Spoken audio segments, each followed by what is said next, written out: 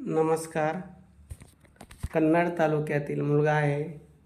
छत्रपती संभाजीनगरला स्थायिक आहे. कन्नडला बंगला आहे. संभाजीनगरला 2-3 ठिकाणी त्यांची घरं आहे.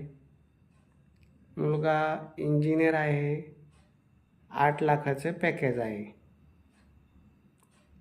आई शिक्षिका आहे. वडील शिक्षक होते, रिटायर झाले. भाऊ पण शिक्षक आहे, बहीण नाही. सर्व शिक्षक परिवारातील आहे आणि मुलगा हा इंजिनियर आहे.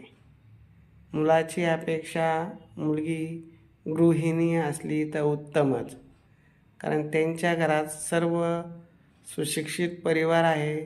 सर्वच ड्युटी करणारे आहे. तर कोणीतरी